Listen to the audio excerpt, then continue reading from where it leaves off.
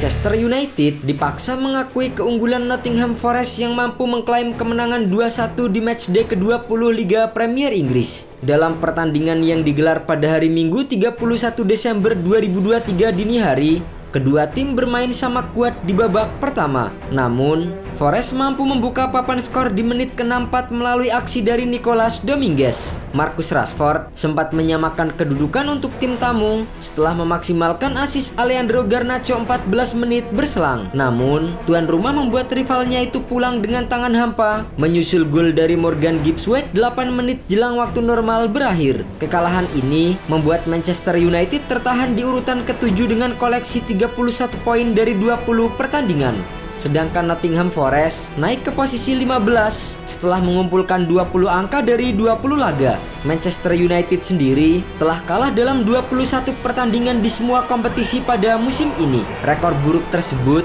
benar-benar mengharuskan manajemen Manchester United melakukan perubahan besar-besaran demi bisa kembali ke performa terbaik. Setelah Sir Jim Ratcliffe berhasil mengakuisisi 25% saham United, setidaknya ada beberapa hal yang harus dilakukan Ratcliffe demi bisa merebut kembali hati para fans United. Di Prancis, Ratcliffe dikenal suka berinteraksi dengan para fans OGC Nice.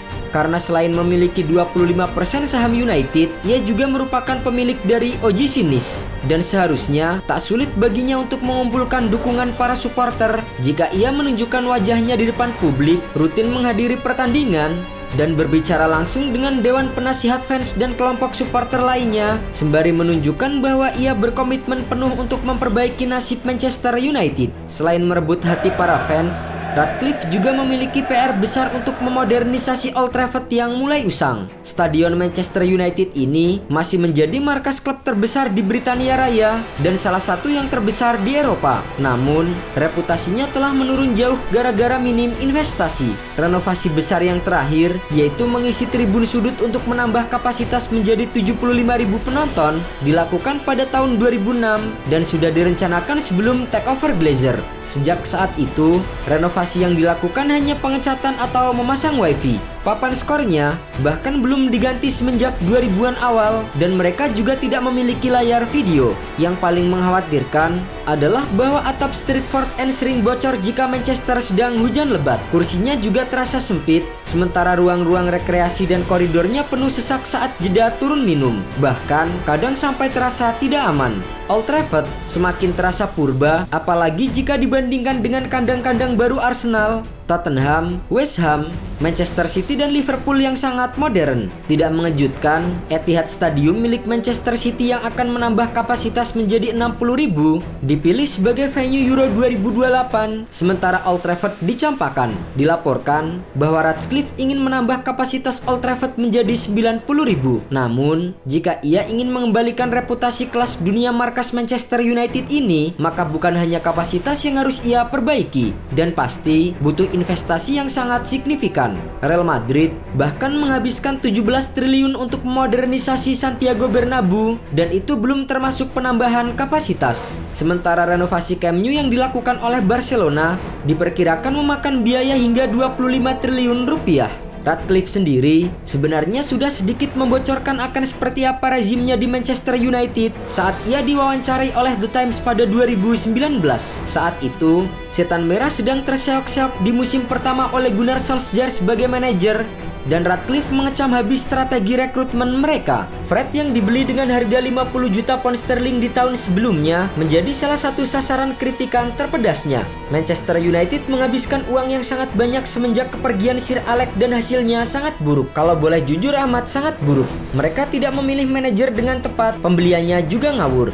Uang yang mereka keluarkan menjadi uang bodoh yang bisa kalian lihat dengan pemain-pemain seperti Fred. Rekrutmen Manchester United memang bukan hanya tidak becus. Dalam beberapa tahun terakhir, mereka jadi punya kebiasaan tak sehat membeli pemain dengan harga selangit dan lalu melepaskan mereka di harga yang mendekati 0 pound sterling. Fred dijual dengan harga 8 juta pound sterling. David De Gea pergi dengan cara cuma-cuma dan mereka tidak bisa mendapatkan tawaran yang bagus untuk Harry Maguire, Scott McTominay dan Jadon Sancho. Sementara itu, rival-rival mereka mampu menjual dengan cerdas. Neraca transfer Manchester City bahkan profit di tahun 2022 meski mereka berhasil membeli seorang Erling Haaland. Manchester City bahkan berhasil menyulap akademi mereka menjadi pabrik pencetak uang.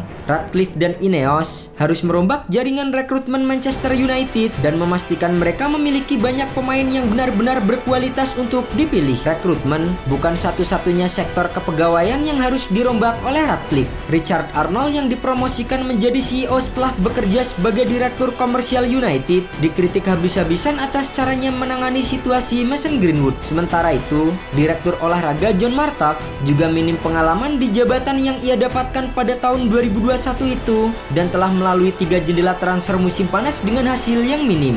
Jadon Sancho, Anthony, Mason Mount dan Andre Onana adalah sedikit dari rekrutan gagal di eranya. Ratcliffe dilaporkan mempertimbangkan merombak beberapa posisi petinggi United, termasuk merekrut Paul Michel sebagai direktur olahraga baru yang merupakan kabar buruk untuk John Martaf. Michel bekerja sama dengan Mauricio Pochettino di Southampton dan Tottenham.